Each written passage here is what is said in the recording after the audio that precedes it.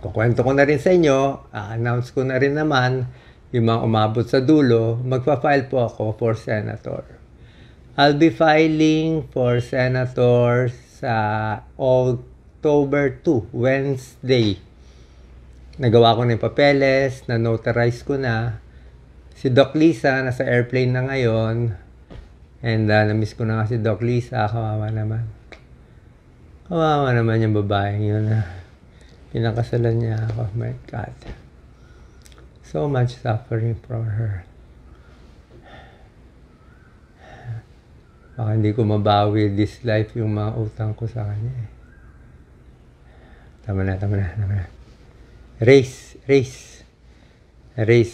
Basta lalapag yung airplane. At siya magpa-file lang sa akin, pero ako tatakbo. Okay?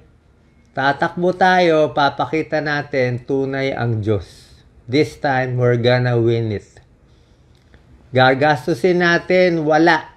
500,000 lang, wala. Walang pera, wala kahit kaninong taipan, huwag kayo magbigay kahit piso. Hindi ko kailangan. Okay? Hindi tayo magpapa-under kahit kanino. Pero, first miracle, I have to get well.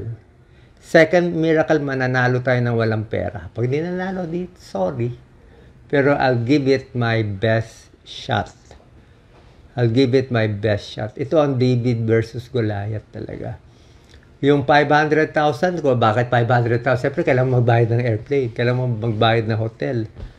Diba? Yun naman minimum. Lalabanan natin yung mga bilyon.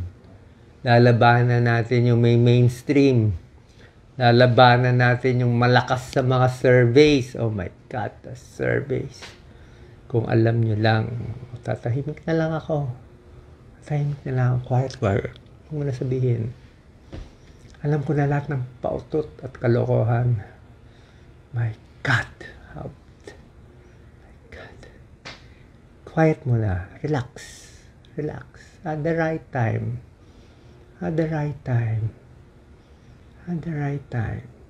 They will know. Mahirap.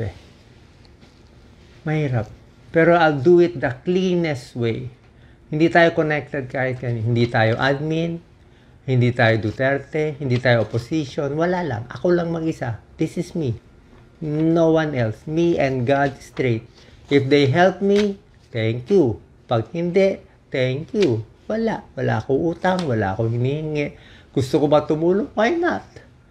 Diba? Walang kapalit. Total, talo na naman ako eh. What have I got to lose? Sa mga hindi nakakaintindi, pagbigyan nyo na naman si Doc. Alam niya ito mission niya sana. Huwag naman kayo magmamarunong. Kayo pa mas marunong. Yung buhay nyo, hindi ko naman pinapakailaman eh. Kung anong paaral mo sa anak mo, okay naman sa akin eh.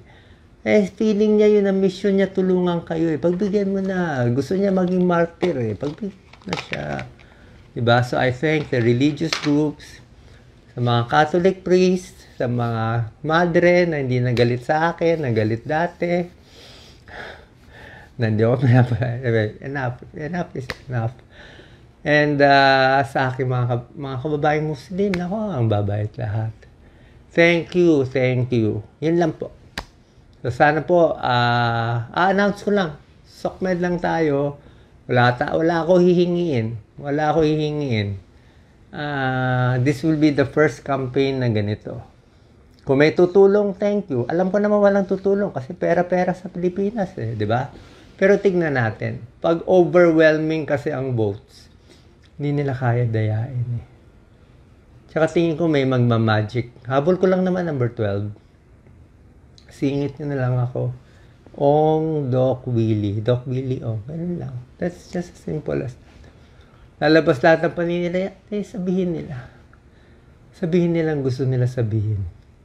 Basta trabaho ko, kita nyo naman habang buhay para sa Pilipino, para sa inyo.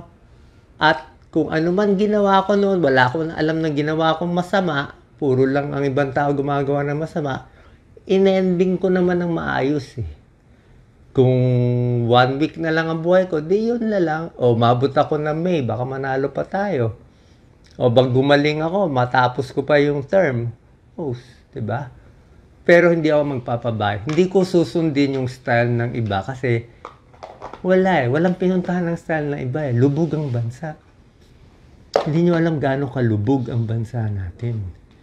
Kailangan natin mga Lee Kuan Yew style. Kailangan natin ng bago. Hindi na pwede yung mga old style eh, di ba?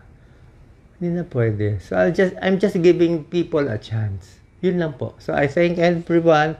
Salamat sa lahat. Wala akong galit kahit kanino. Salamat sa admin. Salamat sa mga Duterte. Salamat sa mga opposition. Kaibigan ko naman lahat. Di ko naman kayo gagalawin. Basta yung akin lang. Aayusin ko yung akin. Yun lang ang gusto kong ayusin. So thank you so much. God bless po. Sana po maintindihan niyo yung gusto kong gawin. Bakit kailangan? Kasi hindi ako masaya. Kung mabubuhay lang ako para kumain sa hotel, wag na lang. Kayo na lang, magbukbang na lang kayo kumain. Useless life. Ay, useless life, sayang lang. Pabigat lang sa mundo. Kung isang tao, mabubuhay lang pansarili, magnanakaw pa. Sabihin ni God, istorbo kayo. Huwag ka na lang dyan mabuhay. Siyempre, pipiliin ni God yung matitino na mga medyo mababait na iaangat. Iaangat yung bansa. Iaangat eh. Yun ang habol natin. God bless, lalo sa kabataan. Thank you, thank you, thank you.